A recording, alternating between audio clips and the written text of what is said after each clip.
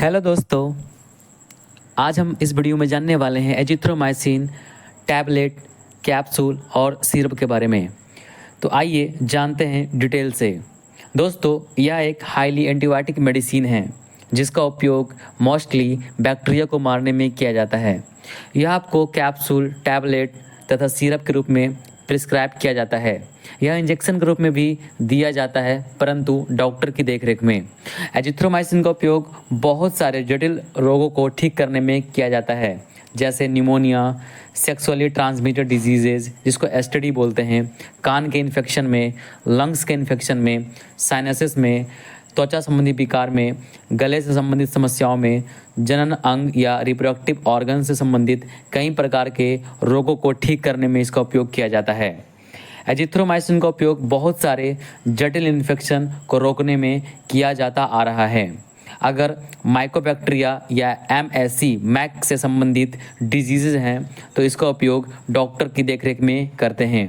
यह मुख्यतः बैक्टीरिया की ग्रोथ को रोकता है। आपको जानकर हैरानी हो सकती है कि इस मेडिसिन का असर वायरल इन्फेक्शन जैसे कॉमन कोल्ड में नहीं हो पाता है। बहुत बार आपने देखा होगा कि आपको डॉक्टर कॉमन कोल्ड या बुखार जैसी समस्याओं में एजिथ्रोमाइसिन के साथ साथ सेट्रिजन की टैबलेट की सलाह देते हैं, जो कि काफ़ी असरदार माना जाता है। आम जनजीवन में इसका उपयोग ज़्यादातर खांसी जैसी समस्याओं को ठीक करने में किया जाता है।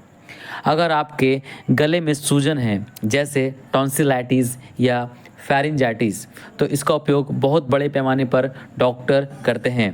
आपको मैं बताता चलूं कि अगर आपको मोनोन्यूक्लियोसिस डिजीज़ है, जो कि किस करने से इन्फेक्टेड सलाइवा के संपर्क में आने से होता है, तो डॉक्टर एजिथ्रोमाइसिन का डोज लेने की सलाह देते हैं। मोनोन्यूक्लियोसिस में पेशेंट को खुद की इम्यूनिटी को बढ़ाना चाहिए।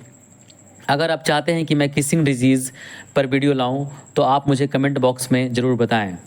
दोस्तों, एजिथ्रोमाइसिन का उपयोग आपके प्राइवेट पार्ट या गुप्त अंग के इन्फेक्शन को कम करने में किया जाता है। जैसे अगर पेशाब के रास्ते में सूजन आ गया है तो इसका उपयोग करते हैं।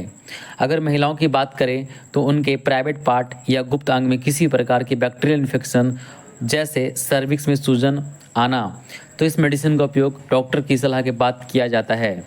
अगर किसी व्यक्ति को कान के पर्दे में सूजन या साइनोसाइटिस है तो इसका उपयोग उसको ठीक करने में किया जाता है।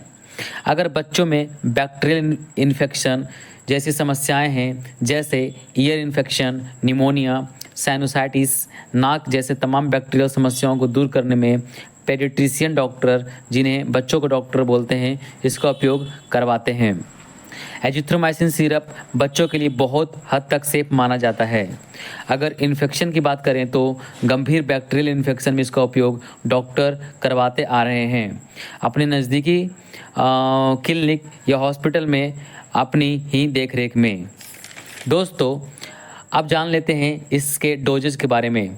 तो जब भी आप एजिथ्रोमाइसिन की टैबलेट फार्मासिस्ट की दुकान से खरीदते हैं तो वो आपको एक पत्ते में 3 टैबलेट देता है। इसका सामान्यतः डोज एक दिन छोड़कर अल्टरनेट होता है। जैसे मान लिया जाए, अगर आपने मंडे को इस दवाई को लिया है तो आप इस दवाई को नेक्स्ट वेडनेसडे और फ्राइडे को लेंगे। सेम टाइम पर ही लेना है। अगर आपके पास कैप्सूल है तो इसका डोज खाना खाने के 1 घंटे पहले या खाना खाने के 2 घंटे बाद लिया जा सकता है। एजिथ्रोमाइसिन सिरप का टेस्ट थोड़ा कड़वा होता है, तो डॉक्टर इसे फ्रूट जूस में मिलाकर लेने की सलाह देते हैं। दोस्तों, अब बात आती है इंजेक्शन की। तो मैंने आपको पहले ही बता दिया है कि इंजेक्शन का उपयोग डॉक्टर की देखरेख में होती है। यहाँ पर आपको यह बात जान लेनी चाहिए कि एजिथ्रोमाइसिन इंजेक्शन को हमेशा इंट्रावेनस या नस में लगाते हैं। बीमारी के हिसाब से डोज ऊपर या नीचे की जा सकती है, तो अपने डॉक्टर की सलाह के बाद ही डोज तय करें। एजिथ्रोमाइसिन की दवाई 500 मिलीग्राम तथा 250 मिलीग्राम में आती है। अब आइए बातों ही बातों में जान लेते हैं कि एजिथ्रोमाइसिन कौन कौन से नामों से आता है।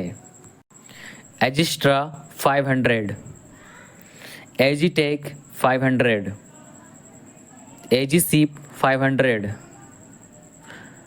एथलीसिन 500, एजिथ्रल 500 जो कि मोस्ट कॉमन है, एजीमेक 500, एजी केम 500, एजी health 500 capsule, azithromycin capsule 250 milligram,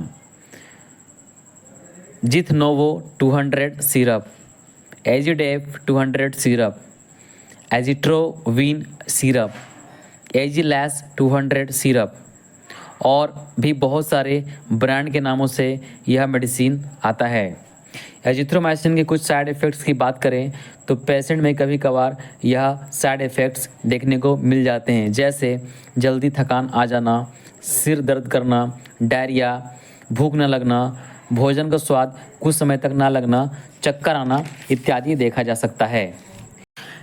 azithromycin की दवा कीमत अगर बात करें तो यह 75 रुपये से लेकर मैक्सिमम 220 रुपये तक के एमआरपी में यह आपको टैबलेट, कैप्सूल, सिरप, इंजेक्शन के फॉर्म में अलग अलग ब्रांड के नामों से फार्मासिस्ट की दुकान पर मिल जाता है। दोस्तों, क्या यह मेडिसिन डॉक्टर के प्रिस्क्रिप्शन के बाद ही मिलता है या ऐसे मिल सकता है? तो दोस्तों, आपको एजिथ्रोमाइसिन की दवा वैसे तो अपने डॉक्टर से पूछकर ही प्रिस्क्राइब करवा कर लेनी चाहिए, परंतु फार्मासिस्ट आपको यह दवा बिना प्रिस्क्रिप्शन के भी दे देते हैं। फिर भी दोस्तों, आपको किसी भी प्रकार की दवा बिना डॉक्टर की सलाह के नहीं लेनी चाहिए। अगर आप इस वीडियो से आपने थोड़ा सा भी कुछ जाना हो, सीखा हो, तो प्लीज़ हमारे चैनल सोशल सर्जन को सब्सक्राइब ज़रूर कर लें ताकि समय पर आपको नोटिफिकेशन मिल जाए। इस वीडियो को ज़्यादा से ज़्यादा शेयर करें ताकि राइट इन्फॉर्मेशन सभी के पास पहुँचे। दोस्तों, आपके मन में किसी प्रकार का कोई भी सवाल है, कोई भी डाउट है, तो आप हमें नीचे कमेंट बॉक्स में ज़रूर पूछ सकते हैं। सोशल सर्जन और पूरी टीम को दीजिए इजाज़त। फिर मिलते हैं ऐसे ही इन्फॉर्मेटिव वीडियो के साथ। तब तक के लिए आप अपना बहुत ख्याल रखें, खुश रहें और स्वस्थ रहें। धन्यवाद।